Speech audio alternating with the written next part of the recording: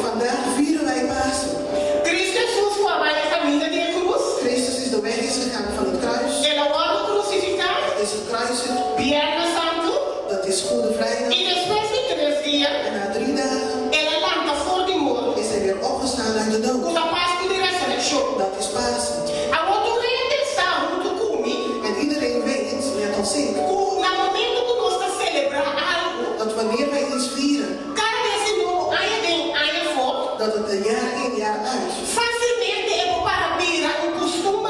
een gewoonte kan gaan worden. Het wordt iets normaals voor ons.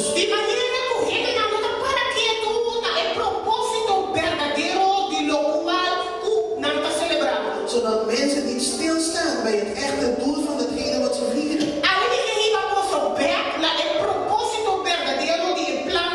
Vandaag wil ik jullie terugnemen naar het oorspronkelijke doel van het plan van God. Ik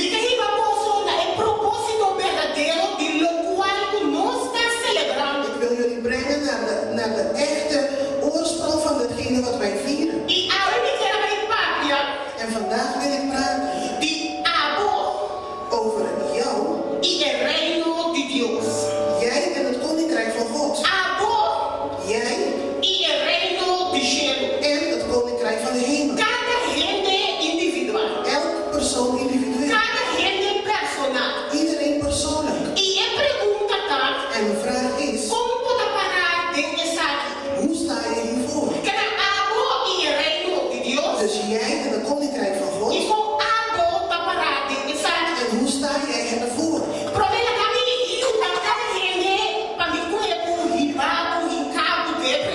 Ik wil je eerst helpen om jou te brengen in de preek.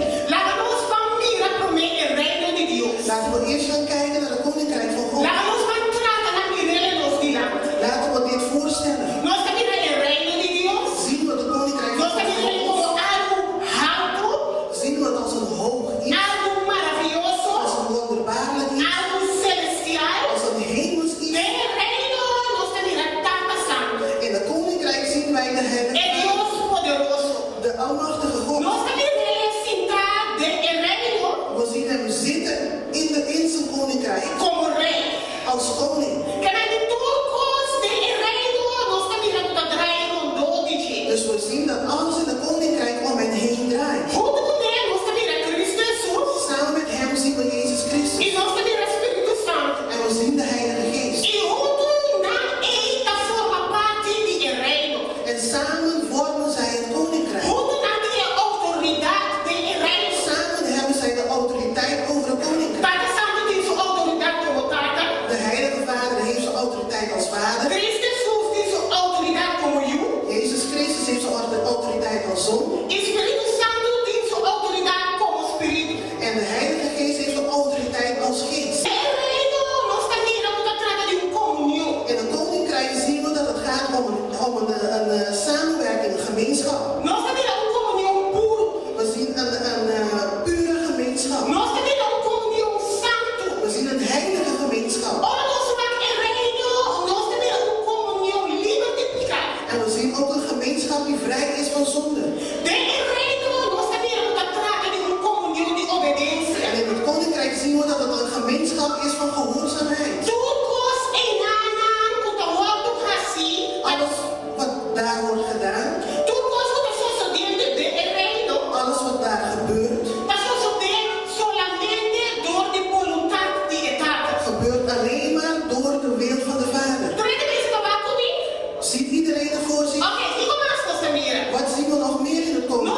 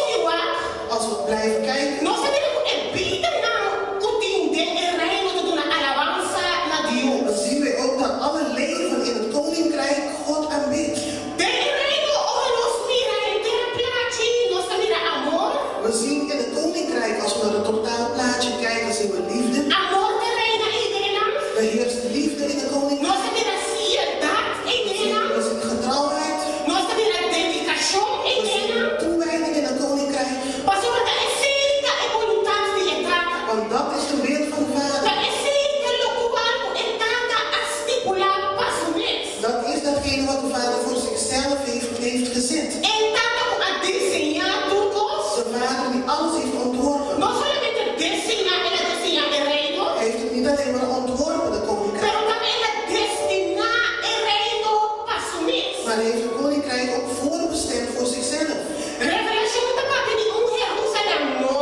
Openbaringen heeft het over een nieuwe Jeruzalem. Met gouden wegen. En we weten dat het zegt dat de wegen doorzichtig zijn net als glas. Hij heeft het over een stad die de zonlicht niet nodig heeft. En ook niet de maanlicht. Want de schittering van God verlicht alles.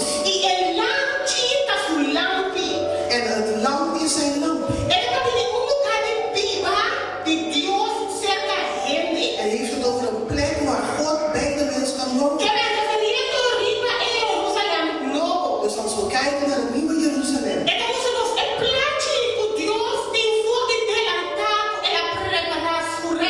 Zien wij het plaatje wat God al van tevoren had voor zijn koninkrijk. En nu hebben we allemaal het koninkrijk gezien. We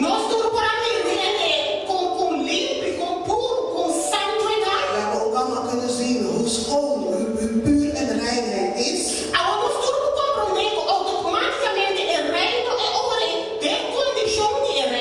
En nu kunnen we ook zien dat in de toestand van het koninkrijk dat het koninkrijk van ons afgezonderd is. Door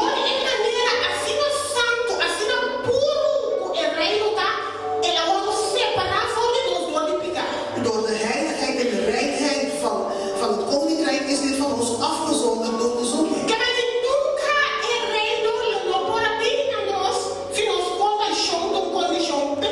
Dus het koninkrijk zal nooit tot ons kunnen komen als onze toestand een zondige toestand zou blijven. Want zo heilig is het koninkrijk. En nu moeten we deze dingen goed begrijpen. Dat het daarom is dat Jezus Christus dat in het koninkrijk zat. Hij kent het koninkrijk.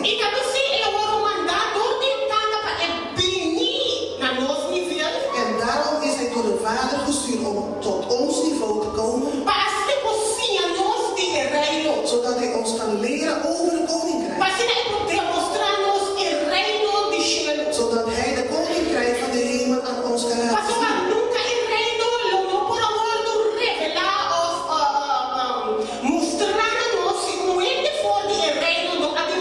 Want het koninkrijk zal nooit aan ons kunnen worden openbaar als niemand uit het koninkrijk naar ons zou zijn gekomen. Dus Jezus Christus moest komen.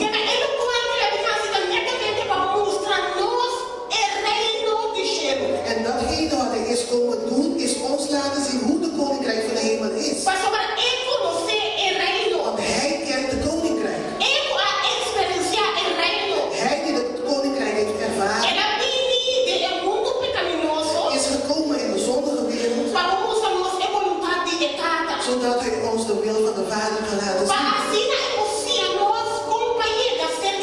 Zodat hij ons kan laten zien hoe wij bij de Vader kunnen komen.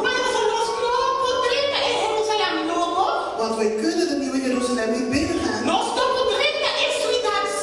We kunnen de heilige stad niet binnengaan als wij de koninkrijk niet kennen. Als wij niet weten wat van ons verwacht en vereist wordt voor het koninkrijk.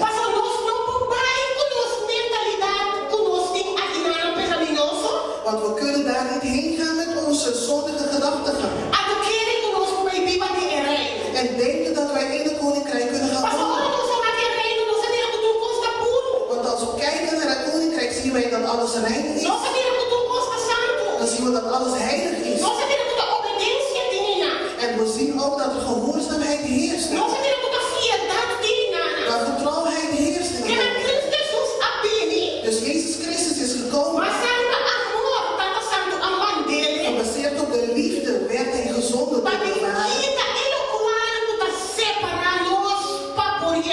Om diegene weg te halen die ons verhindert om het koninkrijk van de hemel te zien. Het gebed van Jezus Christus tot de Vader is.